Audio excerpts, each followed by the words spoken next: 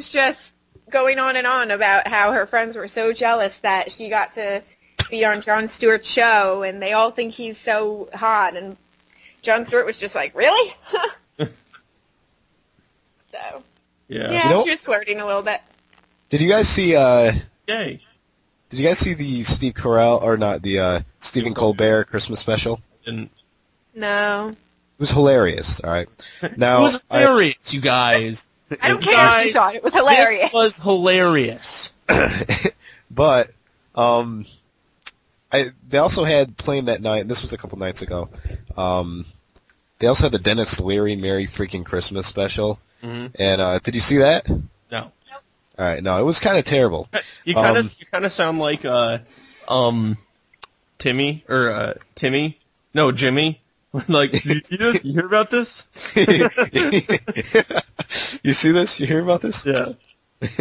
No, but, yeah, I think the problem that a lot of modern humor, for, like, what they try to make as edgy, the things that bother me is when they take, like, an old TV show, or they take an old special like Peanuts, or like Charlie Brown's Christmas or whatever. Family Guy does this a lot too. Like they'll take Bugs Bunny and they'll make it incredibly violent, and someone dies, and it's supposed to be hilarious. But I think it's so easy to do to take Charlie Brown and have him swear. You know what I mean? Like, I don't know. What do you guys think? I never really found the humor in that really.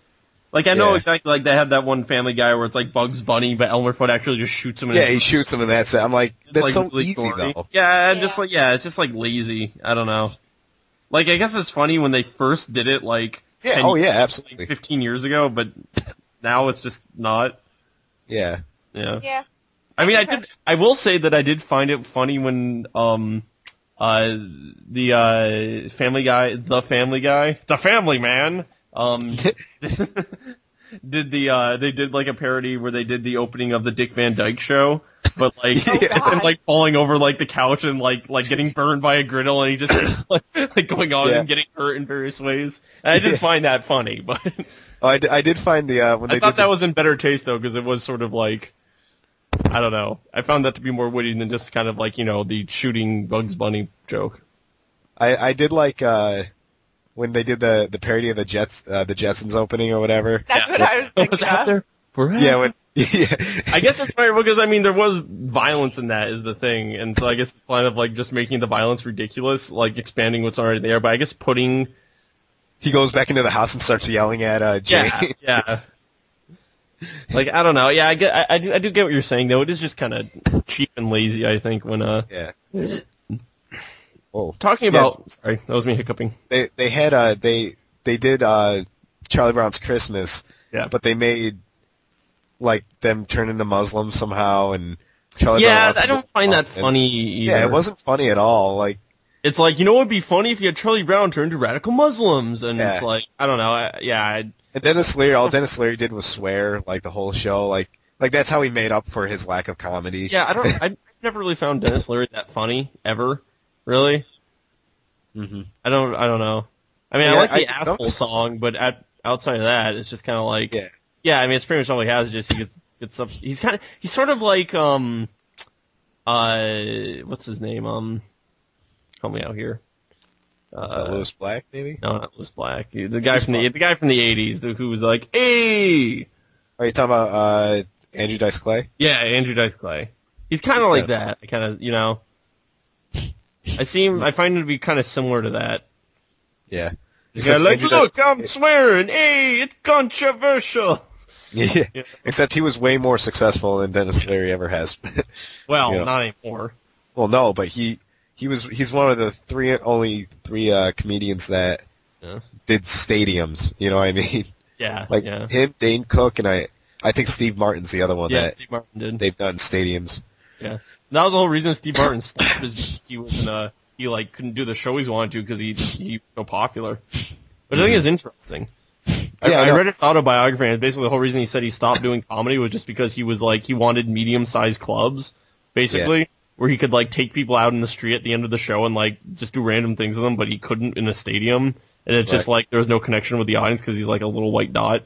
Yeah, exactly. Steve Martin was funny, so. Mm-hmm. Mm-hmm. Uh-huh. I don't know. That was because then like I was watching that. I'm like, this is terrible. And now, what'd you like about the Colbert Christmas special? because Colbert's so goofy, you know what I mean? Yeah. Like I love that humor where I think I don't know. You'd have to see. Yeah, it's so innocent, but it's hilarious at the same time. I thought you didn't like Colbert. No, we've had this conversation. No, I like Colbert. I don't like the Daily Show as much, but I do like Colbert because he's a conservative satire on conservatism. I think that's hilarious. Yeah, but they don't really do any satire on liberalism, do they? No, which is fine, but like I think Colbert's hilarious. Yeah, I thought he was pretty funny. Yeah. With the I love when he interviewed what's the guy who won the Ten Commandments on the steps, Mm-hmm. and like he couldn't name the Ten Commandments. Really? Yeah, you ever saw that one? No. He's like, why do you want the Ten Commandments? It was like they wanted the Ten Commandments on the steps of a courthouse. Yeah. And Stephen Colbert was interviewing like the senator who was pushing for it, and he's like, why do you want the Ten Commandments? He's like, the Ten Commandments are a good thing. Like they teach us our morals, and like I think the world could really use more of the lessons in the Ten Commandments, and it's something everybody should know. And Stephen Colbert is like, okay, what are the Ten Commandments? And he goes, you want me to name them? He goes, yeah. He goes, right now, he's like, yep. And like the guy, he could name like 3, and that was it. He was like, don't kill people. Don't steal. He was like, that's all I know. I remember that. I saw that one. I also like the interview because I used to really hate Colbert's interviewing style. Yeah. Oh, I've always loved his interviewing style. I feel like it's changed a little bit over the past few months or so. Yeah. And I like it more because he would just never even let the other person talk at all. That's what I loved about it. I just loved how he would like just go so ridiculous, like how good he was at just making things completely ridiculous. Like well, he still does that, but he at least lets the other person talk so that he can get some material to make a joke out of instead of just going on and on. I'm fine with him just completely yelling down, because I mean it is also sort of the satire thing, where like you look at like Bill O'Reilly, who just like half the time will not let people talk. Not get me wrong, I actually like Bill O'Reilly, but it's just he won't even let people get words in half the time. So yeah, well, one of my favorite interviews was probably about a month ago when he was interviewing the mayor. I can't remember his name or anything, unfortunately, off the top of my head, but that is unfortunate. He's interviewing this mayor who apparently actually helped to chase down some guy who just, robbed a store or whatever. And Colbert was saying, how crazy that is, that the mayor actually was chasing this guy down the street and blah, blah, blah.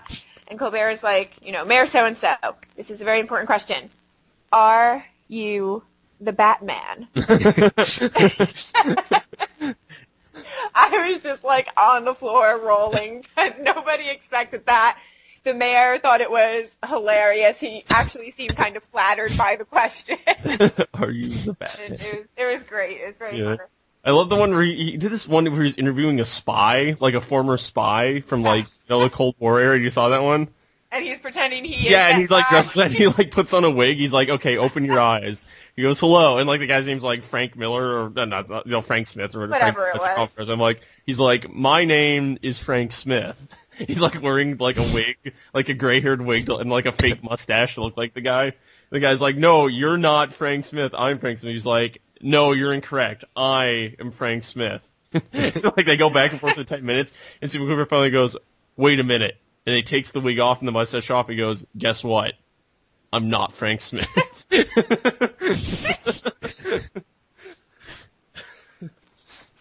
It's brilliant. Anyway. What do you think about all that? I agree. You agree? What? You agree? I agree. No, I loved because he's actually a Sunday school teacher. Yeah, he is. And, right. Yeah, he's like Protestant or something. He's Catholic. Oh, he's Catholic. And he said that he was excuse me, he was interviewing someone, a professor who was an atheist, and he wrote a book about something about having to do with the devil and how we created the devil and blah blah blah blah blah. And he was going on and on and on, and Colbert